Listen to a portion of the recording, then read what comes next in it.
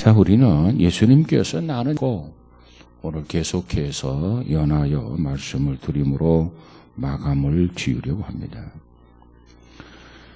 예수님께서 나는 영원 전부터 계시다.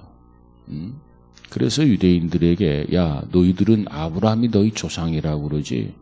근데 나는 아브라함이 있기 전부터 나는 있었다. 하니까 유대인들이 도는 거예요. 저게 뭔데? 에? 아니, 나이 아무리 봐도 넉넉 작고 50도 안 돼 보이는데 저가 누군데 아브라함 때부터 있었다고 말하느냐. 아니, 아브라함 때부터 있었다고 한다면 나이가 몇이란 얘기야? 에? 최소한도 몇 살은 됐을 겁니다. 근데 그게 아니거든요. 왜? 예수님 나이 33살. 넉넉 작고 50세. 그 정도밖에 안 되는데 우리를 놀리나. 하나님 앞에 하나님을 망령되게 하나. 그래서 저들이 눈이 뒤집히고 화가 나고 그래서 돌을 들여 치려고 했다. 오늘 본문에 그렇게 설명하고 있어요. 그래서 예수님께서는 나는 영원자다. 나는 영원부터 계셨다. 예수님은 그렇게 말씀하셨어요. 그래서 지난 시간에는 예수님은 영원자이면서 우리에게 그 영원, 예수님이 가지고 있는 그 영원을 우리에게 수여자가 되셨다. 그래서 예수님이 뭐라고 말합니까? 나를 믿는 자는 죽지 않고 영원히 산다. 그래서 예수님께서 우리에게 그 영원한 생명을 우리에게 수여하시는 그러한 주님이시다. 지난 시간에 이 부분에 대해서 말씀을 드렸습니다. 자, 오늘은 영원한 치유자가 되시는 예수님이다. 그 부분에 대해서 좀 생각해 보려고 합니다. 예수님께서 우리에게 영원한 생명을 주시기 원하는데, 그래서 예수님은 영원한 치유자로서 영원한 생명을 수여자로서 수여하는데, 우리가 그 생명을 받으려면 이 심령을 그대로 가지고는 안 된단 말이에요. 왜? 죄를 범했기 때문에, 죄인이기 때문에, 죄값을 지불해야 하기 때문에 죄값은 사망이라 그래서 예수님은 영원한 자이고 영원한 생명을 수여하지만 그 생명을 수여받는 우리들에게는 이 마음, 이 심령을 가지고는 영원한 생명을 수여받을 수가 없어요. 그래서 이 생명을 치유되어야 돼, 치유. 죄 가운데 살아가고 있고 죄 때문에 멸망할 수밖에 없는 우리들, 사망 가운데 있는 우리들이 그리스도를 통해서 치유받아서 사망에서 생명으로 옮겨져야 우리는 생명을 얻고 영원한 생명을 수여받음으로 해서 우리 또한 영원한 생명을 살게 된다는 겁니다. 그래서 오늘은 죄와 사망 가운데 거하고 있는 우리들이 치유받아야 된다. 그래서 우리의 이 치유자가 되시는 그 예수님을 통해서 다시 한번 우리의 심령이 치유받으시고 영원한 생명을 수여받아서 정말 이 땅에서부터 영생 복락의 은혜가 우리 모두에게 충만하기를 주님의 이름으로 축복합니다. 오늘 이 시대를 우리는 과학의 시대라 이렇게 얘기하죠. 과학의 시대. 왜 오늘의 이 시대를 과학의 시대라고 말하냐? 과학이 그처럼 발달한 거예요. 과학. 특별히 의학을 발달하는 걸 보면, 의학이 발달하는 거 보면 대단하잖아요. 지금은 어떠한 병이라도 조기 발견하면 다 치유가 가능하다고 말하지 않습니까? 그처럼 의학이 그럼 발달한 거예요. 그런데 중요한 것은 이처럼 과학이 이처럼 발달한 이 시대에도 많은 사람들이 점쟁이를 찾아간다는 거예요. 점쟁이. 옛날에는 좀 미알이나 가야 점쟁이가 있고, 그런데 요즘은 도심 한가운데 빌딩 2층에도 점 잘 보는 집. 이래가지고 간판을 걸고 점쟁이들이 이 도심 사회로 참 찾아오는 그런 그 모습을 우리가 보게 되는데, 오늘 이 과학이 이처럼 발달한 시대에 누가 점쟁이를 찾아가겠나? 누가 점쟁이를 신뢰하겠나? 믿겠나? 이런 생각을 갖게 되는데 현실은 그렇지 않다는 겁니다. 이 과학의 시대, 과학이라고 하는 게 뭐예요? 1 플러스 1은 2다. 정확한 건 아닙니까? 이게 과학이에요. 이 정확하고 분명하고 증명할 수 있는 것이 과학인데, 그런데 점쟁이를 찾아간다? 좀 이상하잖아요. 그런데도 점쟁이들이 성업을 하고 있다는 겁니다. 그러면 왜 이와 같이 점쟁이들이 많이 늘어나고 이 점쟁이들이 성업을 하고 있느냐? 그 이유는 그들이 잘 맞추기 때문에 그렇다는 거예요. 잘 맞춘다는 겁니다. 안 맞추면 누가 가겠어요? 맞추니까 가지. 저도 어려서부터 점쟁이 어디 가면 참 신통한 점쟁이가 있다더라. 뭐 그런 얘기를 시골에서 많이 들었어요. 그래서 신통하게 맞히는가 보다 그런 생각을 했습니다. 그런데 지금도 이 젊어서 예를 들어 30년, 40년 전에 그런 얘기를 들었는데 지금도 곳곳에서 이 점쟁이들이 무슨 철학관을 해가지고 성업 중에 있단 말이에요. 그걸 보면 그들이 능력이 없으면 퇴보돼야 될 거 아닙니까? 점점 하나둘씩 사라져야 되지 않겠습니까? 그런데 자꾸 도심 속에 파고 들어오는 걸 보면 그들의 능력이 참 대단한 것 같다 그런 생각을 해봐요. 자, 그런데 요즘 우리 그리스도인들 중에도 마치 점을 보듯이 그 사상, 그 문화에 젖어가지고 예언의 은사를 받은 사람들을 찾아다니는 현상이 있다는 거예요. 누가 예언의 은사를 받았대? 누가 예언을 잘한대. 그래서 그 사람을 찾아가가지고 이사를 가고 싶은데 이사를 가도 좋겠습니까? 기도 한번 해봐 주세요. 영락 점쟁이 노릇입니다. 점쟁이들은 복채라고 하는 걸 내놓고 부탁하죠. 그러면 점쟁이들은 쌀알을 몇 개 넣고 쌀알을 세가면서도 하죠. 점쟁이들은 콩알을 가져다 놓고 콩알 몇 개를 집어넣고 세가면서 뭐라고 하죠? 그리고 복채를 놓는단 말이야. 근데 우리 신앙인들은 헌금이라고 하는 이름을 다 헌금 해놓고 똑같은 현상, 똑같은 그런 그 문화, 이 관습이 우리에게 있다는 거예요. 결코 바람직한 신앙인의 모습이 아닙니다. 그 사람은 말이 하나님을 섬기는 거지 하나님을 우상으로 섬기는 거예요. 하나님을 나의 필요에 의해서 활용하고 이용하려고 하는 사람은 하나님이 아니라 하나님을 나의 필요로 사용하기 때문에 그게 우상이에요. 우상. 하나님은 우리에게 결코 우상으로 섬김을 받기를 원치 않습니다. 하여간 잘 맞히는 사람, 용하다라는 말을 하게 되고 또 다른 말로 말하면 귀신같이 알아맞힌다 이렇게 표현을 해요. 어느 주일학교 선생님이 아이들을 모아놓고 성경을 가르칩니다. 하나님은 전능하신 하나님이야. 우리 하나님은 전지하신 하나님이야. 우리 하나님은 무소부재하신 하나님이야. 이렇게 하나님에 대해서 가르쳐요. 그러면서 하나님의 전지하심에 대해서 좀 더 구체적으로 선생님이 아이들에게 가르쳤어요. 전지가 뭐냐면 여러분, 하나님은요 우리의 모든 것을 다 알고 계시는 하나님이십니다. 나의 미래, 우리는 미래의 일을 아무도 모르잖아요. 내일 일을 모르는 인생들아, 성경은 그렇게 말씀하고 있어요. 왜? 우리는 내일에 무슨 일을 당할런지 우리 중에 아는 사람이 하나도 없어요.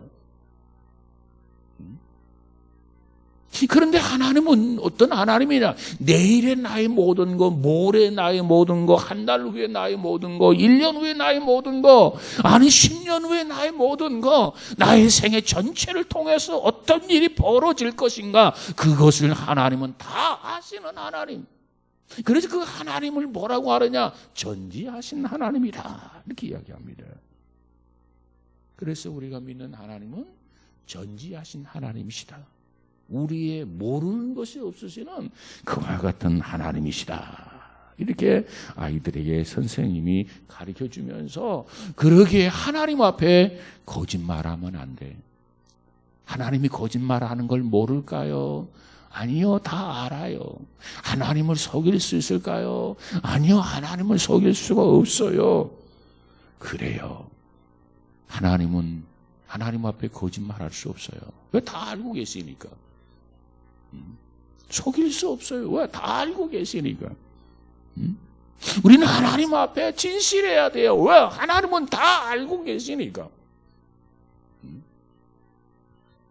자, 그런데 하나님께서는 우리의 모든 것을 하나하나 다 낱낱이 알고 계십니다. 그래서 전지하신 하나님이십니다. 이렇게 이야기했더니, 이때 어린 아이들 중에 샛별같이 눈을 반짝반짝하던 어린아이가 이렇게 선생님에게 질문을 던집니다. 선생님, 그러면 하나님은 귀신같이 알아맞히시는 거네요? 하나님은 귀신같이 알아맞히시는 거네요? 그렇게 했다는 이야기가 있어요. 네? 하나님은 귀신같이 알아맞히시겠네요. 참 우리 생활 속에서, 문화 속에서 있을 만한 이야기죠. 야, 네가 어떻게 그거 알았어? 너 귀신같이 알아맞히네. 정확히 알아맞힐 때 귀신같이 알아맞힌다는 용어를 우리가 사용하게 됩니다. 자, 그런데 오늘 본문에 보면 이와 같은 이야기가 등장하고 있어요. 예수님께서 생명에 관한 진리, 위대한 진리를 당당하게 말씀을 하십니다. 그러면서 말하기를, 예수님은 나는 하나님으로부터 보내심을 받았다. 예수님께서 누누이 반복해서 강조하고 그렇게 설명합니다. 그럼에도 불구하고 유대인들은 어떻게 말하느냐? 내가 귀신 들려서 그런 게 아니라 이렇게 얘기해요. 예수님이 귀신 들려서 그런가요? 아니에요. 그러면 예수님께서 이처럼 모든 것을 다 아시고 예수님께서 이와 같이 진리를 말씀할 수 있었던 까닭은 뭐냐? 그분이 하나님이기 때문에 그래요. 예수님이 이와 같이 진리를 말할 수 있는 것, 그분 자신이 하나님이란 말이에요. 무슨 귀신 들려서 그런 게 아니고. 그러니까 유대인들은 그걸 받아들이지 못하는 거예요. 아무래도 너가 귀신 들려가지고 이 모든 것을 이렇게 다 알고 네가 당당하게 이렇게 말하는 것 같다, 그렇게 얘기하면 예수님은 그게 아니에요. 귀신 들려서 그런 게 아니고 귀신의 힘을 빌려서 하는 게 아니라 예수님 스스로 하나님이 하나님, 전지하신 분이야. 그러니까 누구에 의해서 아는 게 아니고 누구에 의해서 깨달음 받은 게 아니라 예수님 스스로 알게 되고 스스로 확신을 갖게 되고 스스로 유대인들에게 당당하게 이렇게 말씀할 수 있었던 겁니다. 그렇습니다. 예수님은 우리의 과거, 그리고 현재, 그리고 미래를 다 아십니다. 어느 정도 알까요? 모든 걸 다 아십니다. 어느 정도가 아니에요. 모든 것을 다 아시는 하나님이에요. 보세요. 인간의 어떤 예감, 인간의 어떤 직감을 가지고도 미래를 예언하게 되는데, 이 점쟁이들이 귀신이 들어가지고 그저 내일 일어날 일, 앞으로 일어날 일, 이 알아맞히게 되는데, 여러분, 그러나 그 모든 것은 완벽하다고 말할 수는 없어요. 인간의 어떤 예지 능력, 직감, 이런 게 좀 있죠. 그래서 미래에 대해서 알 수는 있을런지 몰라도 그 결과는 완벽하다고 말할 수가 없단 말이에요. 설령 알아맞힌다 해도 그 내용은 불완전한 겁니다. 불완전한 거예요. 그런데 우리 주님은 누구냐? 비교할 수 없을 정도의 하나님이에요. 하나님. 완전하신 분이란 말이에요. 완전하신 분. 주님의 말씀은요, 불완전한 게 없어요. 모든 것이 완전해요. 그런데 그분이 뭐라고 얘기합니까? 그분의 선언을 한번 보세요. 예수님이 뭐라고 말합니까? 나는 아브라함이 있기 전부터 있느니라 그랬어요. 이게 무슨 얘기입니까? 아브라함은 유대인들의 조상이란 말이에요. 최소한 1000년 이후에 예수님이 이 땅에 태어나셨는데, 아니 1000년 그 이전부터 있었다. 이 말이 안 되는 거야. 유대인들이 납득할 수 없는 얘기입니다. 그러나 예수님께서는 분명하고 확신에 이렇게 말하기를, 나는 아브라함의 시대에도 있었다. 그러니까 그 이전에도 계시고, 그러니까 지금도 계시고, 그러니까 훗날에도 예수님은 계신다. 그걸 강조해 주고 있어요. 우리가 예수님을 믿되 그걸 믿어야 돼. 예수님은 영원자다. 과거에 우리 모든 걸 아시고, 현재도 우리와 함께 하시고, 그리고 미래도 우리와 함께 하실 분이시다. 이걸 우리가 믿어야 돼요. 여러분, 그렇다고 한다면 여러분은 어떤 상담자를 찾으시겠습니까? 불완전한 상담자를 찾으시겠습니까? 아니하면 완전한 상담자를 찾으시겠습니까? 그 대답은 두말할 것 없이 완전한 상담자를 찾아가겠죠. 왜 불완전한 상담자를 찾아갑니까? 그러면 완전한 상담자가 누구냐? 우리가 그걸 알아야 돼요. 나의 과거를 완벽하게 알고 계시는 그분, 내 현재 속에서도 우리와 함께 하시는 그분, 또 나의 불확실한 미래에 대해서도, 미래를 향해서도 나와 함께 하시는 그분, 나를 향한 하나님의 놀라운 소원을 갖게 하고 그 소원을 이루게 하시는 그분, 그분이 계신다면 우리는 연료를 젖혀놓고 그분을 찾아가서 그분 앞에 나의 모든 것을 다 내려놓고 우리는 그분 앞에 나의 삶의 문제를 놓고 의논해야 되지 않겠느냐고 말이에요. 그분 앞에 뭘 숨긴다고 해서 숨겨지는 게 아니야. 그분 앞에 뭘 감춘다고 해서 감춰지는 게 아니야. 그분 앞에 뭘 언급하지 않는다고 해서 모르는 그분이 아니라 그 말이에요. 물론 사람은 말하는 것만 듣기 때문에 말하지 않은 내용은 알 수가 없겠죠. 그러나 하나님은 말하지 않아도, 고백하지 않아도, 진실을 구하지 않아도 우리의 모든 것을 알고 계시는 하나님이란 말이에요. 우리는 그 완벽하신 하나님, 우리는 그분에게 다가가서 삶의 문제를 내어놓고 의논하고 상담하는 자가 가장 지혜로운 자인 것을 믿으시기 바랍니다.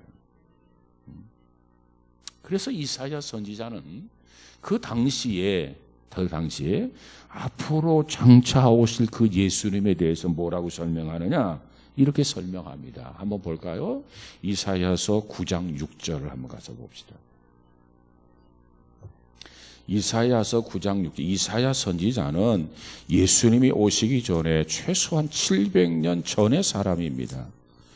그 이사야 선지자가 그 앞으로 장차 오실 메시아 그리스도, 전지하신 하나님으로 이 땅에 오실 그 예수님에 대해서 다음과 같이 선언을 해요.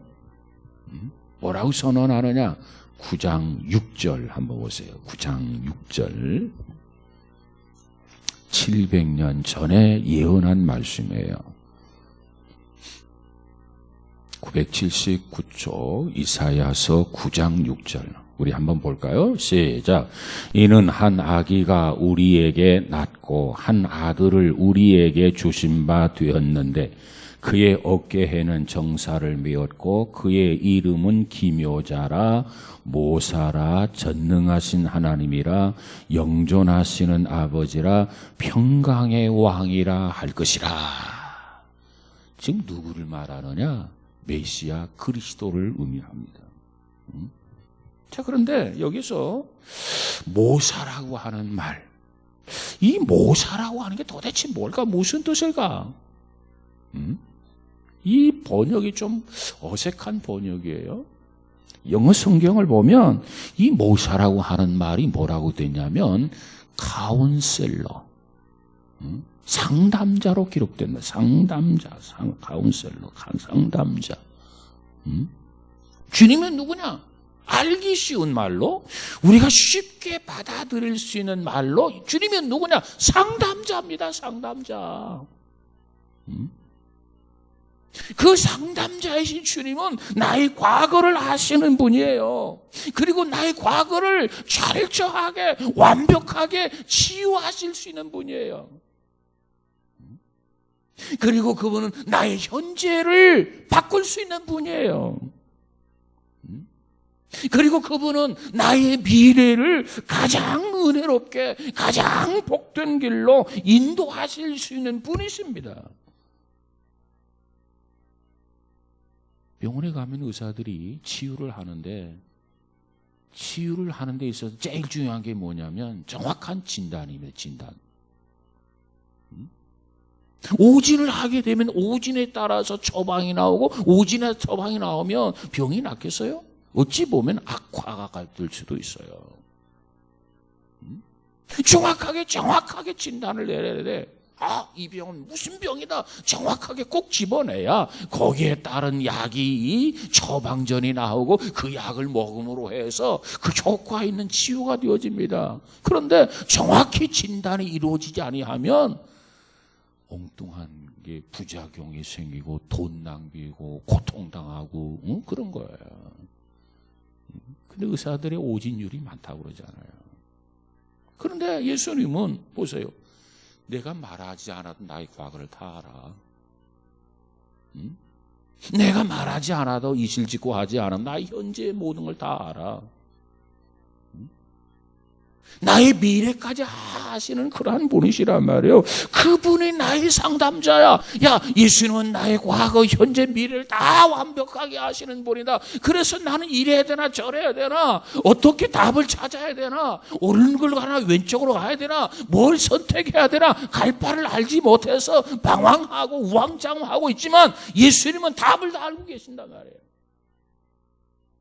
그것을 믿는다면 주님 앞에 나아가서 주님, 나의 문제 해결해 주세요.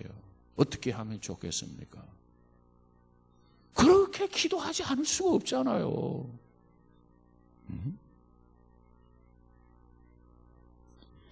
그 주님이 나에게 야, 너는 이렇게 해라. 그러면 믿음으로 그렇게 행하면 되는 거예요. 보세요. 명의가 있다고 가정해 보세요. 명의, 유명한 의사. 가서 진단받으니까 의사 선생님이 이렇게 하십시오. 운동하십시오. 이렇게 식이요법 하십시오. 그러면 어떻게 집에 와가지고 그대로 하잖아요. 콩밥을 싫어하는 사람이 콩밥을 드십시오. 식탁에 멸치, 칼슘을 섭취해야 됩니다. 나이 들수록 단백질을 섭취해야 됩니다. 그러면 고기 싫어했던 사람이 와가지고 고기를 먹으려고 노력을 하고 멸치를 먹으려고 하고 식물성 콩을 먹으려고 하고. 왜? 여러분, 의사의 말 한마디에도 그런데 나의 과거, 현재, 미래를 다 아시는 하나님, 그 하나님께서 나에게 야, 이렇게 해라 저렇게 해라 하는데 그 말씀을 따르지 않을 사람이 누가 있느냐 그 말이에요. 문제는 주님을 신뢰하지 않으니까 그런가 안 하니까. 의사를 찾아갔어요. 상담을 했어요. 돌아오면서 야, 명이구나. 그러면 그대로 하겠죠. 그런데 돌아와가지고 내가 보기에 돌팔이 같은데.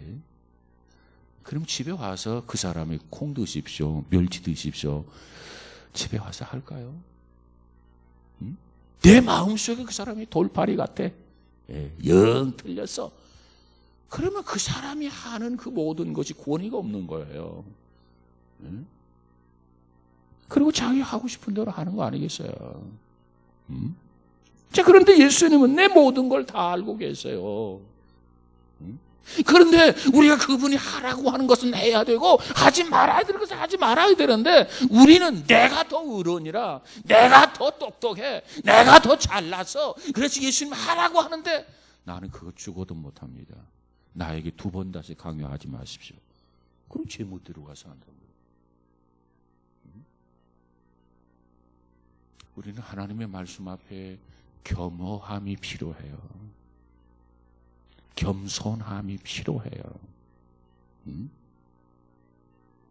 그리고 주님을 믿고 주님을 따른다면 우리에게 결코 해가 될 리가 없어. 그래서 성경은 말하기를 하나님을 사랑하는 자, 곧 그 뜻대로 부르심을 입은 자들에게는 모든 것이 합력하여 선을 이룬다. 우선 당장 주님이 인도하는데 내가 보기에 이거 아닌 것 같아. 그럼에도 불구하고 순종하면 결과적으로 궁극적으로 잘 된다는 겁니다. 왜? 하나님은 나의 과거, 현재, 미래를 다 알고 계신 그런 하나님이 나로 하여금 망하는 길로 인도하겠느냐 그 말이에요. 잘 되는 길로 인도하지. 복된 길로 인도하지. 생명의 진리로 인도하지. 그걸 우리가 믿어야 돼. 그래서 하나님이 말씀하면 좀 미련스럽게 그 말씀 앞에 아멘하고 순종하는 이게 필요하단 말이에요.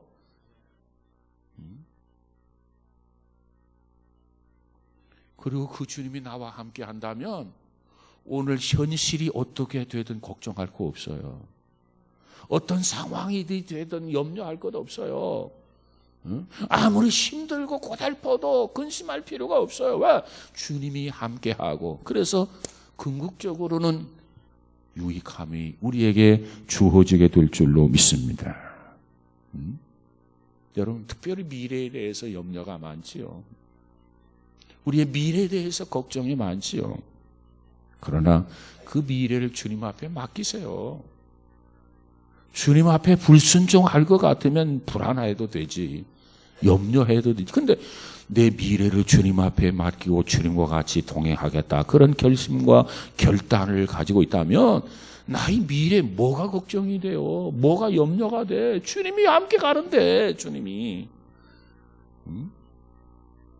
이와 같은 믿음이 우리 모두에게 있어지기를 주님의 이름으로 축복합니다.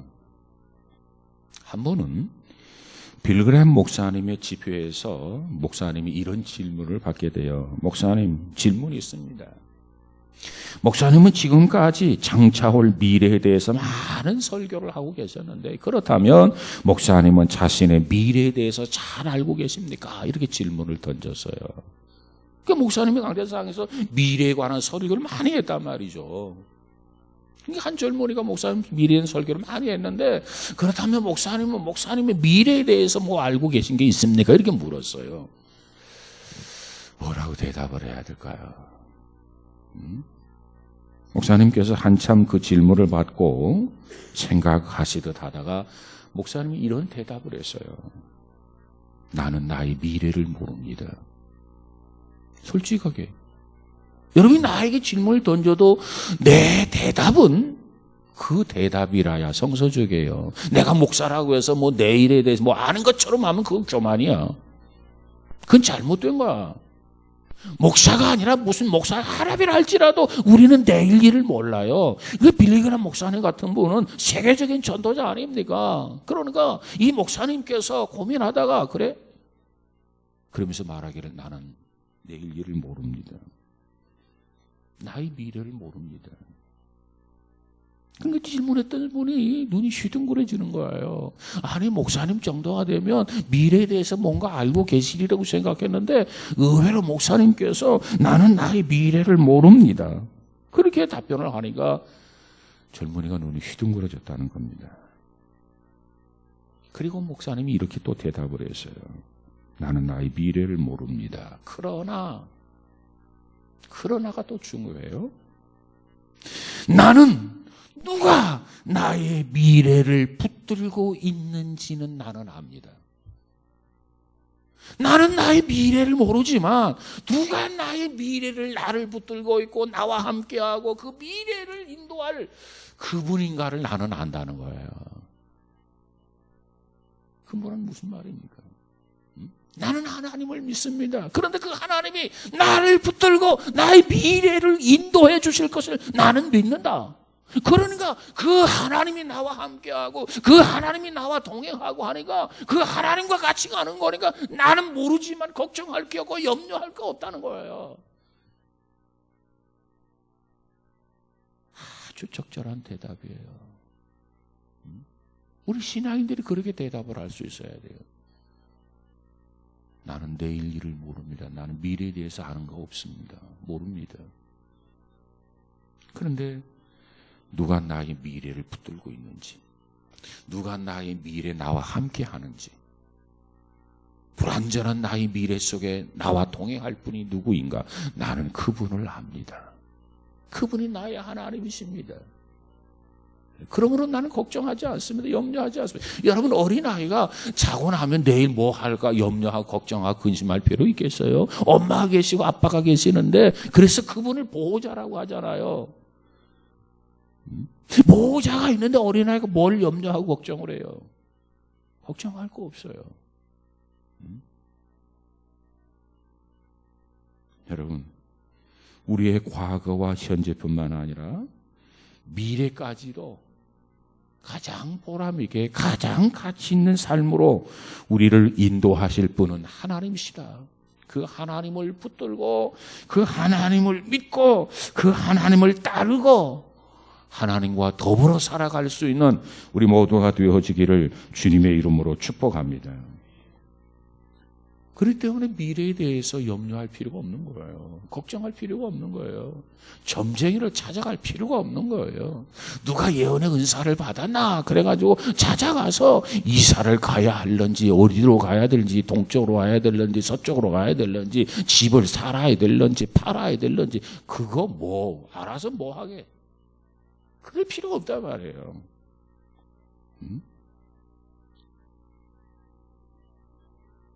하나님이 완벽하게 우리를 책임져 주시는 보호자, 완벽하게 우리를 진리 가운데로 인도해 주시는 그 하나님, 그 하나님이 계신 것을 믿으시기를 주님의 이름으로 축복합니다.